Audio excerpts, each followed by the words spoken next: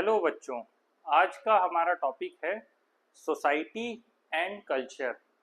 अगर आप social studies पढ़ रहे हैं तो आपको हमेशा इन दो टर्मिनोलॉजी से रूबरू होना पड़ेगा और इसको लेकर के एक क्लियर अंडरस्टैंडिंग होना जरूरी है कि सोसाइटी क्या है, सोशल ग्रुप क्या है, कल्चर क्या है, इनमें डिफरेंस क्या होता है और हम कैसे समझ सकते हैं। क्योंकि यहाँ पर वेस्टर्न सोसाइटी और इंडिया के कंटेक्स्ट में लगातार बात की जाएगी या इंडिया के साथ साथ अदर सोसाइटीज से भी कंपेयर किया जाएगा। तो जैसा कि मैंने पहले भी बताया था, जब भी सोसाइटी की बात होगी तो वहाँ पे ग्रुप ऑफ पीपल होंगे, लेकिन उन ग्रुप ऑफ पीपल की जो एक्टिविटीज होगी वो कल्चर में आएगी।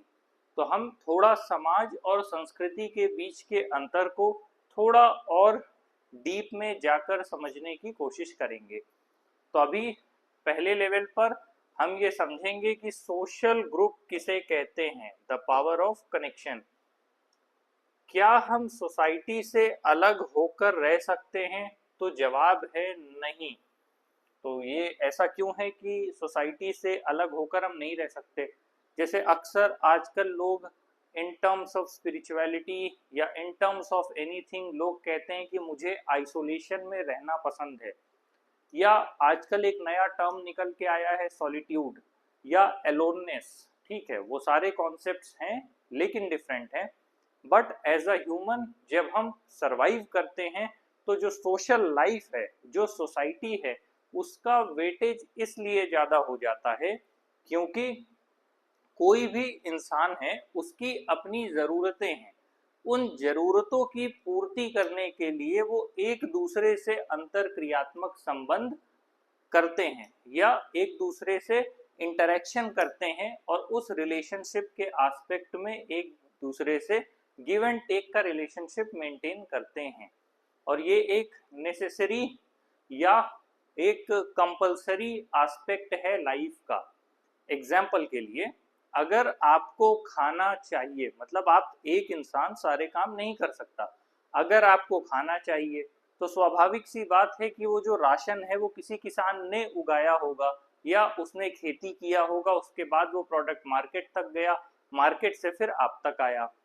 या फिर अगर आप अपनी व्हीकल यूज कर रहे हैं तो पेट्रोल लेने के लिए आप पेट्रोल पंप में ही जाएंगे। तो इस कहने का मतलब ये है कि हर एक प्रोफेशन से, हर एक वर्क से आपका इंटरेक्शन होता है।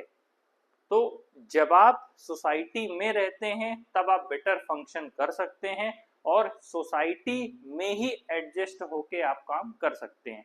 अब यहीं से जो दूसरा एस्पेक्ट क्लियर होता है, जब लोगों के जो काम हैं वो एक दूसरे से इंटरेक्शन पर निर्भर करेंगे तो वहीं पर कॉन्फ्लिक्ट होगा। अगर दो लोगों के इंटरेस्ट अलग हैं तो वहां पर कॉन्फ्लिक्ट होगा। कई बार इंटरेस्ट एक होने के बाद भी कॉन्फ्लिक्ट होता है और इसीलिए जब कोई व्यक्ति किसी का सोसाइटल वे में मर्डर करता है या सोसाइटल एस्पेक्ट में किसी को बाइकआउट करता है तो उसका सीधा सा मतलब होता है कि वो उसकी बेसिक नेसेसिटीज को रप्चर करना चाहता है या उसकी बेसिक नेसेसिटीज को ब्लॉक कर रहा है। क्योंकि ऑब्वियस सी बात है कि कोई भी व्यक्ति अकेले सरवाइव नहीं कर सकता, उसे एक दूसरे संस्थाओं की, लोगों की, समाज की, सबकी बराबर जरूरत होती है। इसीलिए जब भी इस तरह का कोई मूवमेंट आप देखेंगे जहां लोग जानबूझ के असहयोग की स्थिति पैदा करने लगते हैं कि हम जानबूझ के सामने वाले की हेल्प नहीं करेंगे, तो इसका मतलब है कि किसी तरह का इविल या अनप्योर इंटेंशंस वहां पर अप्लाई होता है। अगेन हम सोशल ग्रुप की बात करेंगे।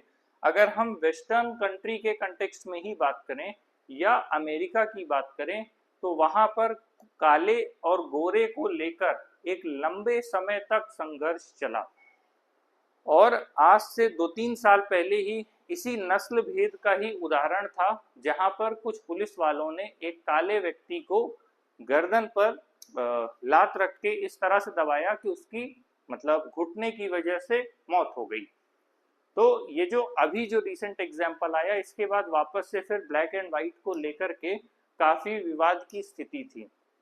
तो जब हम सोशल ग्रुप बोलते हैं तो किसी एक सोसाइटी में अलग अलग तरह के लोग, वो अलग धर्म के हों, वो अलग जाति के हों, अलग जेंडर के हों, अलग रिलीजन हो चुका, तो अलग अलग एस्पेक्ट में लोग, धर्म हो, संप्रदाय हो, जाति हो, लिंग हो, अलग अलग उसके रहते हैं।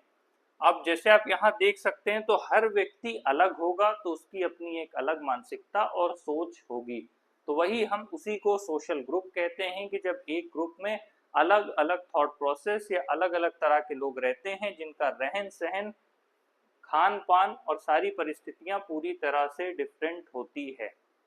और भारत में इसीलिए यूनिटी इन डाइवर्सिटी की बात की गई है कि डाइवर्सिटी होने के बाद भी इंडिया में किसी एक व्यक्ति या किसी धर्म विशेष या जाति विशेष या भाषा विशेष को लेकर के भेदभाव की स्थिति ना हो, इसलिए संविधान का निर्माण किया गया है। सोशल ग्रुप का मतलब है जहां पर दो से ज्यादा लोग एक दूसरे से इंटरैक्ट कर रहे हैं, लेकिन उनमें कुछ ऐसा है जो जो आपस में सिमिलर हैं, उनके कुछ कैरेक्टरिस्टिक्स हैं जो मैच कर रहे हैं, उनकी इसी बात को लेकर के आपस में यूनिटी है। साथ ही अगर बात करें तो ये ग्रुप में छोटे से लेकर के बड़े ग्रुप में हो सकते हैं।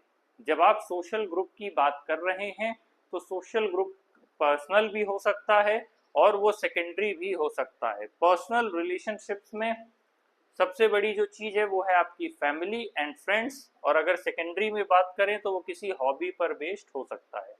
अगेन हम सोशल ग्रुप की बात कर रहे थे, सोशल ग्रुप से आगे आकर के जब हम सोसाइटी की बात करेंगे तो सोसाइटी का मतलब होता है वो लोग जो एक देश या एक समाज, इसको ठीक से समझ लीजिएगा, जब भी सोसाइटी की बात होगी तो वो एक देश या एरिया, तो आप सिंपल लैंग्वेज में जब भी समाज कहा जाए तो किसी भी एक क्षेत्र में रहने वाले लोगों को आप देख सकते हैं, क्योंकि जब भी हम कंट्री की बात करेंगे तो हम किसी पॉलिटिकल बाउंड्री की बात कर रहे हैं।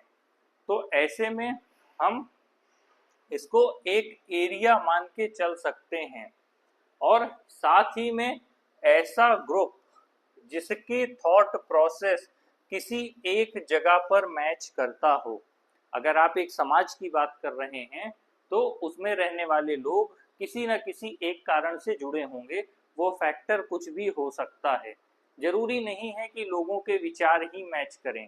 हो सकता है अगर आप कोई कॉलोनी देख रहे हैं, उस कॉलोनी में मान लीजिए सब के सब 1 BHK फ्लैट वाले हैं, तो वो एक इकोनॉमी के रीजन से सब लोग एक जगह रह रहे हैं, उनके रहने से समाज का निर्माण होगा, और जो उनके आचार विचार और व्यवहार हैं उससे संस्कृति का निर्माण होगा। अब यहाँ पर एक वर्ड यूज किया है कि उनके शेयर्ड कस्टम्स और लॉज होते हैं। किसी भी देश में उसके समाज के अनुरूप कानून होता है। अब ये बात ध्यान से समझिएगा, अगर समाज में परिवर्तन होने लगता है तो क्या कानून को बदला जाना चाहिए? तो जवाब है हाँ। अगर समाज के बदलने के साथ कानून को नहीं बदलेंगे तो ज्यादा प्रबल संभावना है कि लोगों का जीवन कहीं ना कहीं उस कानून में फंसकर खत्म होने लगेगा। ठीक है, तो आगे अगर हम बात करें तो या तो आप समाज की परिस्थिति को यथावत रखिए और उस हिसाब से कानून रखिए, और यदि समाज बदल रहा है तो फिर कानून बदलिए, और या तो कानून नहीं बदलना चाह रहे आप तो समाज को भी बदलने मत दीजिए। अब इसका क्या मतलब हुआ? इसका मतलब ऐसा है कि मान लीजिए अगर भारतीय समाज की बात किया जाए तो भारतीय समाज में विवाह को एक संविदा ना मानते हुए एक संस्कार माना गया है, तो इसीलिए विवाह विच्छेद या डिवोर्स की बात नहीं की जाती, या हम कोशिश करते हैं कि किसी भी तरह हस्बैंड वाइफ एक दूसरे के साथ रहें। इसीलिए डिवोर्स को लेकर के जो लॉज हैं वो बहुत यहाँ पर आसान नहीं है। लेकिन क्या सिर्फ कानून को कड़ा बना देने से समाज रुक रहा है? या तो कानून के हिसाब से समाज को रखिए, समाज में पाबंदियां लगाइए और दोनों वर्ग को बराबर पाबंदी में रखिए जिससे कि किसी तरह की अराजकता की स्थिति उत्पन्न ना हो। और यदि ऐसा नहीं है, समाज में परिवर्तन हो रहा है, समाज अगर वेस्टर्न वे को लेकर के चल रहा है, वेस्टर्न को फॉलो कर रहा है, तो फिर उसके हिसाब से कानून को भी बदलना पड़ेगा, नहीं तो स्वाभाविक है कि ऐसी स्थिति में अराजकता पैदा होगी। इसीलिए बात किया है कस्टम्स एंड लॉज की। भाई अगर किसी समाज में आज़ादी का स्तर अलग है तो वहाँ जो रहने की स्थिति है, हो सकता है वो इंडिविजुअलिटी पर डिपेंड करते हों। तो इंडिविजुअलिटी की बात है तो फिर इंडिविजुअल वे में जो लॉज होंगे वो मेल एंड फीमेल के लिए डिफरेंट होंगे। और अगर ऐसा नहीं होता है और आप लॉज को कलेक्टिव वे में मेल और फीमेल के लिए बनाते हैं, तो फिर उसी हिसाब से कलेक्टिव वे में आप सोसाइटी की संकल्पना लेकर के चलते हैं। तो इसीलिए या तो आप इंडिविजुअलिटी में सोसाइटी को रखिए और उसी हिसाब से लॉज बनाइए, या तो फिर कलेक्टिव एस्पेक्ट में सोसाइटी को रखिए और कलेक्टिव वेज में लॉज बनाइए। उम्मीद है ज़्यादा डीप नहीं होगा, आप समझ पाएंगे इस बात को, और अगर कोई इशू है तो बता सकते हैं। इसके अलावा एक ऐसा ऑर्गेनाइजेशन लोगों का जो एक पर्टिकुलर इंटरेस्ट को शेयर करता है या उनका आपस में किसी तरह का एक पर्पस होता है, तो स्वाभाविक सी बात है इसी वजह से उसको हम समाज कहते हैं। किसी एक रीजन या किसी एक कारण से या अपने हित की वजह से सब लोग एक साथ आए हुए हैं। ये आप देख सकते हैं, अगर नोट करना चाहें तो नोट कर सकते हैं। पहला है सोसाइटी में the people in a country और area thought of as a group who have shared customs and laws. दूसरा है an organisation of people who share a particular interest और पर्पस, ए क्लब। क्लब एक example है इस चीज का, ठीक है। अब इसके आगे बढ़ेंगे हम लोग। ये सोसाइटी का हमारा कॉन्सेप्ट कंप्लीट हो गया। अब हम आते हैं कल्चर। जब हम कल्चर की बात कर रहे हैं तो मैंने पहले भी कहा था ये एक्चुअल वे में एब्स्ट्रैक्ट कॉन्सेप्ट हो सकता है। सोसाइटी की जब आप बात करें तो सिंपल वे में किसी भी एरिया में जब ग्रुप ऑफ पीपल होंगे तो वहाँ समाज बन जाएगा अपने आप। फिर वहाँ पे धर्म कुछ भी हो, जाति कुछ भी हो, संप्रदाय कुछ भी हो, लिंग कुछ भी हो, तो वो अपने आप समाज बन जाएगा। और जब उन्हीं लोगों के आचार विचार व्यवहार की बात होने लगेगी, उन्हीं के प्रथाओं की बात होने लग जाएगी, तो ऑब्वियस से वो संस्कृति की तरफ चला जाएगा। तो जब हम कल्चर की बात कर रहे हैं तो इसमें इंक्लूड होता है लैंग्वेज। और कोई भी समाज है, अगर एक ही भाषा है तो दिक्कत नहीं है। अगर अलग अलग लोगों की अलग अलग भाषा है तो पॉसिबिलिटी है कि आपस में किसी तरह के कॉन्फ्लिक्ट होने के चांसेस हैं, और अगर कॉन्फ्लिक्ट होता है तो उसके लिए फिर लॉज हैं। अगेन कम्युनिकेशन, सब लोगों के बीच में किसी न किसी तरह की बातचीत होगी, आपसी परस्पर अंतर क्रिया होगा, संवाद की स्थिति होगी। मान लीजिए कि अगर नॉर्थ इंडियन और साउथ इंडियन साथ साथ रहते हैं तो क्या होगा। तो अगर नॉर्थ इंडियन और साउथ इंडियन साथ रहेंगे, ऑब्वियस सी बात है उनकी खान पान संबंधी जितनी भी आदतें हैं अलग होगा। ऑब्वियस सी बात है, अगर नॉर्थ में रहने वाला आदमी है तो शायद वो दाल चावल खाएगा, और साउथ में रहने वाला है तो इडली सांभर डोसा पे रिलाई करेगा। वो जो भी उसके खाने हैं हम एग्जाम्पल के तौर पर ले रहे हैं। तो नॉर्थ इंडियन और साउथ इंडियन की जो डिशेज अलग हैं, तो जब वो साथ रहेंगे तो पॉसिबिलिटी है कि दोनों एक दूसरे से कुछ ना कुछ सीखेंगे, और जब वो सीखेंगे तो अपने आप जो उनकी आदतें हैं वो बदलेंगी। वो एक तरह का ट्रांजिशन फेज होगा, वहाँ पर एक संक्रमण की अवस्था होगी, ठीक है। तो इसके अलावा मान लीजिए रहन सहन संबंधी आदतें होंगी, जो कस्टम्स हैं, जो प्रथाएं हैं, जो रिचुअल्स हैं, वो सब डिफरेंट होंगे। जो त्योहार मनाने की प्रक्रिया है, जो परंपरा है, जो घर में पहनने वाले कपड़े हैं, हर चीज अलग होंगे। और जब दो लोग साथ आएंगे तो संभवतः इनमें आपस में संक्रमण की स्थिति होगी। इसीलिए जब हम कल्चर की बात करते हैं तो कल्चर मिश्रित भी हो सकती है या एक तरह की भी हो सकती है। तो जब भी समाज में अलग अलग लोग एक साथ रहेंगे तो उनमें आपस में किसी न किसी तरह की परस्पर अंतर क्रिया होगी, और उस अंतर क्रिया के माध्यम से कुछ न कुछ परिवर्तन आएगा। इसीलिए जब हम बात करते हैं कि हम संस्कृति का अध्ययन करेंगे, ठीक से समझिएगा, जब कहता है इंडिया एंड बियॉन्ड की बात करता है या फिर सोसाइटीज के अध्ययन की बात करता है, तो समाज के साथ साथ संस्कृति का अध्ययन होगा। और अगर इसी संस्कृति को हम कहें प्राचीन काल भारत, मध्यकालीन भारत और आधुनिक भारत, मतलब एंशियंट, मेडिवल और मॉडर्न की बात करें, तो तीनों जगह पर जो संस्कृति होगी वहां पर परिवर्तन देखने को मिलेगा, क्योंकि अलग अलग लोगों का शासन होगा, अलग अलग तरह की व्यवस्था होगी और अलग अलग तरह की चीजें पाई जाएंगी। तो ये मतलब है बेसिकली संस्कृति का। तो कम्युनिकेशन से मतलब है जब भी किसी समाज में अलग तरह के भिन्न प्रकार के रहने वाले लोग एक दूसरे के पास आएंगे, एक दूसरे के साथ रहेंगे, तो किसी न किसी प्रकार का परिवर्तन देखने को मिलेगा। यहाँ पर है कर्टसीज।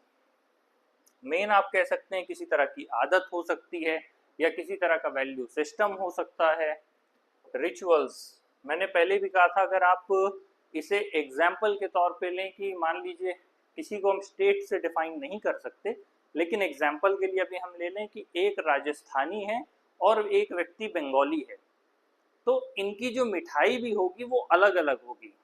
जो बंगाली है वो मिष्टी दोई बोलेगा और जो राजस्थानी है उसका कुछ अपना होगा, उसका जो भी है, गुजराती है तो फाफड़ा है, कहीं ढोकला है, कहीं कुछ है, राजस्थानी है तो उसकी कुछ अलग मिठाई होगी।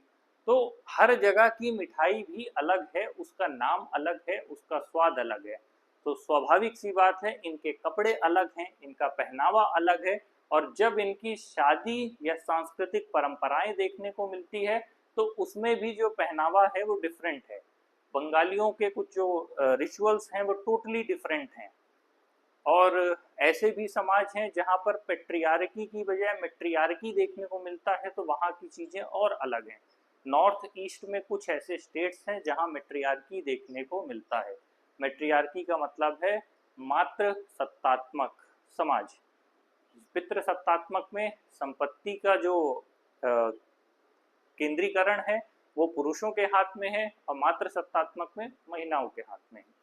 तो ठीक उसी तरह जब रिचुअल्स की बात है, तो चाहे आप वो मैरिज के टर्म्स में हो, चाहे वो पूजा करने के टर्म्स में हो, अगर आप बंगाल में हैं तो स्वाभाविक सी बात है कि 9 दिन आपकी जो दुर्गा माँ की आरती है वो अलग ढंग से होगी। जितना भी नवरात्रि में दुर्गा माँ से संबंधित जितनी भी आपकी परंपराएं हैं, प्रथाएं हैं, वो टोटली डिफरेंट होंगी। तो रिचुअल्स किसी सोसाइटी को बहुत डीपली इम्पैक्ट करते हैं, क्योंकि rituals day to day life में काम आते हैं। मान लीजिए कहीं पर पेड़ों की पूजा होती है तो लोग पेड़ को सब कुछ मानते हैं, कहीं पर इंद्र भगवान की पूजा हो रही है, कहीं पर सूर्य देव की पूजा हो रही है। तो जब भी संस्कृति वर्ड होगा तो संस्कृति उस समाज की बहुलता में बनाई गई आदतों का एक समूह या मिश्रण होगा, ये बात ध्यान रखिएगा। तो इसीलिए रिचुअल्स है, कम्युनिकेशन है, ये सारी चीजें जो ह्यूमन लाइफ में डे टू डे लाइफ में इंटरेक्शन में काम आती हैं, वो सब कम्युनिकेटिव एस्पेक्ट में आकर संस्कृति बनती हैं। रोल्स, उसके अलावा है कस्टम। रोल्स से मतलब हो सकता है आपके प्रोफेशन से भी हो सकता है, या जो आपके डेली लाइफ के रोल्स हैं उनसे हो सकता है। रिलेशनशिप्स की अगर बात किया जाए, अगर आप वेस्टर्न सोसाइटी के एस्पेक्ट में बात कर रहे हैं तो वहाँ ओपन रिलेशनशिप ज़्यादा है। इंडिया के कंटेक्स्ट में बात करेंगे तो यहाँ पर कलेक्टिव रिलेशनशिप की बातें ज़्यादा की जाती हैं। या फिर अगर आप इंडियन सोसाइटी को ही पिछले 100 सालों में देखेंगे तो आपको पहले दिखेगा कि ठीक है जॉइंट फैमिली सिस्टम था इंडिया में, धीरे धीरे हम लोग न्यूक्लियर फैमिली सिस्टम की ओर आ गए। अब न्यूक्लियर फैमिली सिस्टम से भी हम लोग इंडिविजुअलिटी की तरफ जा रहे हैं। तो ये जो लगातार अपनी ही सोसाइटी में होने वाला जो परिवर्तन है उसको देख के आप समझ सकते हैं। और फिर उसके अलावा फिर जब आप डिफरेंट सोसाइटीज से कंपेयर करेंगे तो आपको और क्लियर एस्पेक्ट में ये चीज़ समझ में आ जाएगी, और इसी रिलेशनशिप से कल्चर का जो एस्पेक्ट है वो बनता है। जैसे भारत जैसे देश में अक्सर श्रवण कुमार की कहानियां बच्चों को सुनाई जाती है। जिनको नहीं पता, श्रवण कुमार वो थे जो अपने माता पिता को तीर्थ कराने के लिए, उनके माता पिता अंधे थे तो एक ऐसे टोकरी बनवाई थी उन्होंने, एक डंडा था, उस डंडे में 2 टोकरी नीचे की तरफ लगी थी, उसमें अपने माता पिता को बिठाकर वो तीर्थ स्थानों तक ले गए थे। तो जब भारत के संदर्भ में बात होगी तो रिलेशनशिप्स को एक अलग डायनामिक्स में एक अलग ढंग से समझाने का प्रयास किया जाएगा। तो यहाँ पर जो माता पिता के लिए जो सम्मान है वो एक अलग होगा, यहाँ पर परिवार को लेकर के जो मूल्य होंगे वो एक अलग होगा। हर आदमी जैसे बड़ा आतुर रहता है कि मेरा एक अपना अच्छा परिवार होगा, वो जो फॉर्मेशन ऑफ फैमिली की जो इनेट फीलिंग है वो कहाँ से आ रही है? वो आ रही है आपके कल्चर से। इंडिया में हर आदमी एक एज के बाद परेशान है कि उसकी शादी ही हो जाए। क्या कर लोगे भाई शादी करके, ऐसा क्या मिलने वाला है? लेकिन लोग परेशान हैं। क्यों परेशान हैं पता नहीं, पर हैं क्यों? वो एक वैल्यू सिस्टम आपके दिमाग में इंसर्ट कर दिया गया है कि एक एज के बाद आपको पढ़ना लिखना है, आप निर्भर थे अपने माता पिता पर। एक एज के बाद आपको जॉब ले लेना है, एक एज के बाद आपको शादी कर लेना है, एक एज के बाद आपको बच्चे कर लेना है, फिर एक एज के बाद आपको आगे चले जाना है। तो उसी हिसाब से हमारे धर्म को बांट दिया गया कि जो हमारी 4 वर्णाश्रम वाली जो व्यवस्था है उसको बना दिया गया कि भाई जो पहली अवस्था है वो ब्रह्मचर्य की अवस्था हो गई, 0 से लेकर 25 वर्ष तक। 25 से लेकर 50 तक आपने कह दिया गृहस्थ आश्रम, 25 से 75 फिर आपका हो गया वानप्रस्थ आश्रम। तो जो ये आश्रम की जो पद्धति बनी, क्यों बनी और कहाँ से आई? तो अगेन वापस लौटेंगे, ये हमारी कल्चर की देन है। ध्यान से समझिए, उसी कल्चर से फिर निकलकर आपका रिलेशनशिप है। और ये आपके रिलेशनशिप कौन डिफाइन कर रहा है? आपका रिलेशनशिप डिफाइन कर रहा है जो आपका धर्म है। आपका धर्म कहाँ से आया? आपका धर्म वापस इसी संस्कृति से आया है। तो हर चीज एक दूसरे से कोरिलेट हो रही है। तो इसलिए जब भी आप समझिए समाज और संस्कृति थोड़ा अच्छे से समझिए, क्योंकि संस्कृति बहुत ही व्यापक पहलू है, ये छोटा हिस्सा नहीं है। अब इसी संस्कृति से हम आगे जाते हैं, यहाँ तक कि संस्कृति नाम की आपको कई कोचिंग इंस्टीट्यूट्स मिल जाएंगे। हो सकता है उनकी फिलॉसफी यहीं से मैच करती हो, उन्होंने ये देखा हो, इतना डीपली सोचा हो, इसीलिए अपनी कोचिंग इंस्टीट्यूट का नाम संस्कृति रखा हो। तो ये जो संस्कृति वर्ड है अपने आप में काफी डीप रूटेड है। अगेन हम आते हैं धर्म। जब आप फिर धर्म से फिर आप आगे जाएंगे तो 16 संस्कार की बात की गई है। उस 16 संस्कार में मातृ ऋण और पितृ ऋण की बात की गई है कि कोई भी व्यक्ति अपने मातृ ऋण और पितृ ऋण से पूरी तरह से मुक्त नहीं हो सकता, या उस कर्ज को चुकाना उसकी नैतिक दायित्व है या जिम्मेदारी है। तो वो कहाँ से आया? वो भारतीय संस्कृति में आया। भारतीय संस्कृति से धर्म, धर्म से आपका हो गया रिलेशनशिप का डेफिनेशन। आधुनिक समय में लोगों का जो सैंक्टिटी ऑफ रिलेशनशिप है वो क्यों खत्म हो गया? वो सिर्फ इसी एस्पेक्ट में खत्म हुआ क्योंकि हमने धर्म का साथ छोड़ा। और धर्म जुड़ा है किससे? संस्कृति से। तो अगर संस्कृति में परिवर्तन होता है तो पूरा समाज परिवर्तित होगा। तो जो वर्तमान में हम पाश्चात्य जगत से अपने को कॉपी कर रहे हैं, अगर हम इस कल्चर पर आगे जाएंगे तो इसके सर्टेन इम्पैक्ट होंगे। वो हमारे सोसाइटी पे होंगे, हमारे रिलीजन पे होंगे, हमारे पॉलिटिकल स्ट्रक्चर पे होंगे, हमारी डेमोक्रेसी पे होंगे। तो हर चीज एक दूसरे से जुड़ी हुई है और इंटरलिंक्ड है। तो अब हम वापस आते हैं कि इसीलिए कल्चर के अकॉर्डिंग रिलेशनशिप को हम डिफाइन करते हैं। भारत में वही चीज आप पढ़ेंगे तो पति पत्नी में उसमें अर्धांगिनी का कॉन्सेप्ट है। और अगर आप वेस्टर्न कल्चर में चले जाएंगे तो वहाँ पे गर्लफ्रेंड का कल्चर है। यहाँ तक कि कई जगह मैरिज भी नहीं है, वहाँ पर शायद पापा को पॉप्स बोलते हैं, मम्मी को मॉम बोलते हैं, और भी ऐसी बहुत सी चीज़ें हैं। वहाँ का जो लगाव है, जो सिस्टम है, वो एक रैशनल माइंड पे बना हुआ सिस्टम है। तो जो आपका रिलेशनशिप है वो डायरेक्टली भी कहाँ से जुड़ा हुआ है? कल्चर से। अगेन प्रैक्टिसेस, ये प्रैक्टिसेस कई तरह की हो सकती हैं। जो आपकी डेली लाइफ में प्रैक्टिस है जिस पर अब चर्चा हो रही है, जैसे व्रत रखना। अक्सर आप देखते होंगे कि आपकी मम्मी व्रत रखती होंगी। तो जो व्रत रखने का कॉन्सेप्ट है वो कहाँ से आ रहा है? अगेन वो चीज़ फिर कल्चर से ही आ रही है। क्या वही प्रैक्टिसेस आपको जर्मनी में देखने को मिलेगी? नहीं, वहाँ पे फास्टिंग कल्चर होगा। वो फास्टिंग, यहाँ पर fasting in terms of God है, धर्म से जुड़ा हुआ है। वहाँ पर fasting in terms of science होगा। चीज वही है। अब फिर वही सवाल आता है कि किसने किसकी कल्चर को कॉपी किया? कल्चर को ही यहाँ से वहाँ कॉपी किया जा रहा है। ठीक है, तो जो प्रैक्टिसेस हैं डेली लाइफ में वो भी कल्चर से डायरेक्टली निकल कर आते हैं। Expected behaviours. अब एक्सपेक्टेड बिहेवियर्स में फिर वही बात आती है कि अगर जो संस्कृति है उसी के अकॉर्डिंग आपका बिहेवियर होगा। अभी जितनी भी चीज़ों की हमने बात की, चाहे वो 16 संस्कार हो, मातृ ऋण हो, पितृ ऋण हो, चाहे वो कहानी हो, आपका जो भी बिहेवियर है इन टर्म्स ऑफ, वो किस पर डिपेंड करेगा? आपका एक्सपेक्टेड बिहेवियर आपकी मॉरल वैल्यूज पर डिपेंड करता है। आपकी मॉरल वैल्यूज कहाँ से आ रही हैं? अमूमन वो या तो आपको धर्म से, या आपके माता पिता से, या शिक्षा संस्थानों से आप तक आ रही हैं, या आपके जो भी बड़े और गुरुजन हैं उनसे। तो जब वो आप तक आ रही हैं तो उनका सोर्स क्या है? अगेन वही सारी चीजें लौट कर कहाँ जाएगी? संस्कृति में। अभी मैंने क्या कहा कि वेस्टर्न कल्चर में जरूरी नहीं है कि हम जैसे अपने मदर फादर को ट्रीट करते हैं, अपने स्पाउस को जैसे ट्रीट करते हैं, अपनी फैमिली या सोसाइटी को ट्रीट करते हैं, वेस्टर्न कल्चर भी वैसे ही ट्रीट करेगा, इस बात की कोई गारंटी नहीं है। तो हमारे जो भी एक्सपेक्टेड बिहेवियर्स हैं वो डायरेक्टली कल्चर से एसोसिएट होते हैं। इसके बाद हम आते हैं हमारे वैल्यू सिस्टम। ये वैल्यूज कहाँ से आए? अगेन ये कल्चर से आ रहे हैं। अपने से जब बच्चा छोटा होता है तो हमारे यहाँ हर किसी को सिखाया जाता है, जब घर में कोई गेस्ट आते हैं या कहीं आप अपने बच्चे को बाहर लेके जाते हैं, आप कहीं ट्रेन में ट्रेवल कर रहे हैं, तो लोग कहते हैं अंकल आंटी को प्रणाम करो, अंकल आंटी को नमस्ते कर दो, अंकल आंटी को जय जय बोल के दिखा दो। लोग अपने बच्चों के साथ अक्सर ऐसा करते हैं, आपने ये बिहेवियर देखा होगा। तो अगेन ये एक्सपेक्टेड बिहेवियर से आया, और ये वैल्यूज कहाँ से आई? अपने से बड़ों का सम्मान कीजिए, या अपने से छोटों को नीचा मत दिखाइए। ये सारी चीजें कहाँ से आ रही हैं? हमारे जो पूरा वैल्यू सिस्टम है वो हमारे कल्चर पर डिपेंड करता है।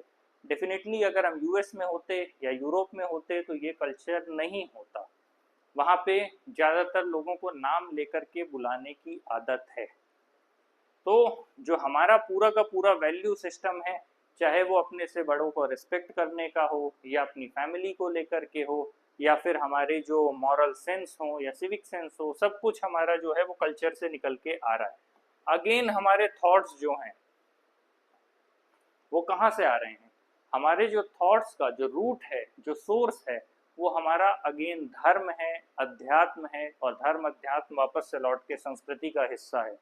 इसीलिए आज बैठकर योगा फॉरेन वाले पढ़ रहे हैं, वेस्टर्न कल्चर वाले अब योगा समझने की कोशिश कर रहे हैं। जब वो एरोबिक एक्सरसाइज करके ऊब जाएंगे तब वो योगा को और डीप में जाकर समझेंगे। इसीलिए भारत में अभी भी हठ योगा सिखाया जाता है कई जगह पर। तो जो हमारा जो थॉट प्रोसेस है वो भी कल्चर की ही देन होता है। हम किस ढंग से सोचेंगे, किस ढंग से अपने आसपास की चीज़ों को परसीव करेंगे, किस ढंग से लोगों से इंटरैक्ट करेंगे, कैसा हमारा एक्सपेक्टेड बिहेवियर होगा, कैसा हमारा वैल्यू सिस्टम होगा, कैसे हमारे थॉट्स होंगे, ये सब कल्चर से डिपेंड करता है। अब अगर हम वेस्टर्न कल्चर की बात करें तो वहाँ पे स्टेप फादर स्टेप मदर का कल्चर है। ये कल्चर कहाँ से आया? क्योंकि वहाँ का मैरिटल सिस्टम अलग है। मैरिटल सिस्टम क्यों अलग है? क्योंकि वहाँ पे डिवोर्स रेट हाई है। डिवोर्स रेट क्यों हाई है? क्योंकि वहाँ का जो फैमिली स्ट्रक्चर है वो टोटली इंडिविजुअलिटी पर डिपेंड करता है, और इंडिया धीरे धीरे उस डायरेक्शन में बढ़ रहा है। तो या तो हमें अपनी संस्कृति का प्रचार और प्रसार बढ़ा देना होगा, ऐसी संस्थाओं के माध्यम से, स्कूलों के माध्यम से। हमारे जो भारत में जितने भी स्कूल हैं वहाँ पर ऐसी प्रार्थनाएं होनी चाहिए और ऐसी चीज़ें होनी चाहिए जो बचपन से बच्चों के मन में अपने धर्म के प्रति और राष्ट्र के प्रति एक सम्मान की भावना पैदा कर सकें। अगर हम ये कर पाएंगे तभी लॉन्ग टर्म में हम सरवाइव कर पाएंगे। नहीं तो ऐसे बहुत से मदरसे हैं जो कट्टर और जिहादी भावना लोगों में भरते हैं। अगेन वही बात आई कि आपका value, thought system, expected behaviour, practice, ये सब आपके कल्चर से है। अगर आपका कल्चर गलत सिखाने लग जाएगा तो ये सारी चीज़ें अपने आप आने लगेंगी, और वो जो पूरा कल्चर सिस्टम है वो डिस्ट्रॉय होगा। तो जो वेस्टर्न कल्चर है वो टोटली डिफरेंट है, जो हमारा कल्चर है वो टोटली डिफरेंट है, और उस कल्चर के अकॉर्डिंग ही कई बार सोसाइटी बनने लगती है, और सोसाइटी के अकॉर्डिंग कल्चर होने लगता है। तो ये दोनों एक दूसरे से इंटरलिंक करते हैं, और दोनों में से किसी में भी बदलाव आने पर दूसरे पर भी असर देखने को मिलता है। मैनर्स ऑफ इंटरैक्टिंग, अब ये भी डिपेंड करता है कि आप कहाँ पर हैं, किस तरह का परिवेश है, आप नमस्ते बोलते हैं, नमस्कारम बोलते हैं या कुछ और बोलते हैं आप। हो सकता है जब आप फॉरेन कल्चर को देख के आएंगे तो वहाँ पे हेलो है, हाय है। तो हर जगह का अपना अपना जो भी कल्चर है उसके अकॉर्डिंग लोगों का इंटरेक्शन देखने को मिलता है। तो अगेन जितने भी एब्स्ट्रैक्ट कॉन्सेप्ट्स हैं उनको आपस में जब हम मिला देते हैं तो वो कल्चर बनता है। और कल्चर हर देश और काल में अलग होता है, क्योंकि कल्चर सोसाइटी से जुड़ा है और सोसाइटी वापस से कल्चर से जुड़ी हुई है। तो अगेन मैं इसको पूरे को अगर समअप करने की कोशिश करूं तो स्वाभाविक सी बात है कि जहाँ पर भी एक क्षेत्र में कई लोगों का कई लोगों से मिलकर अगर एक समूह बना है या कई लोग एक साथ रह रहे हैं तो वो आपका सोसाइटी में आएगा। लेकिन उन्हीं लोगों के जो एक्शंस हैं, जो आदतें हैं, जो व्यवहार है, उन सब की बात करेंगे तो वो आपका कल्चर में आएगा। और यही डिफरेंस है सोसाइटी और कल्चर में। उम्मीद है आपको क्लियर हो गया होगा। Thank you very much.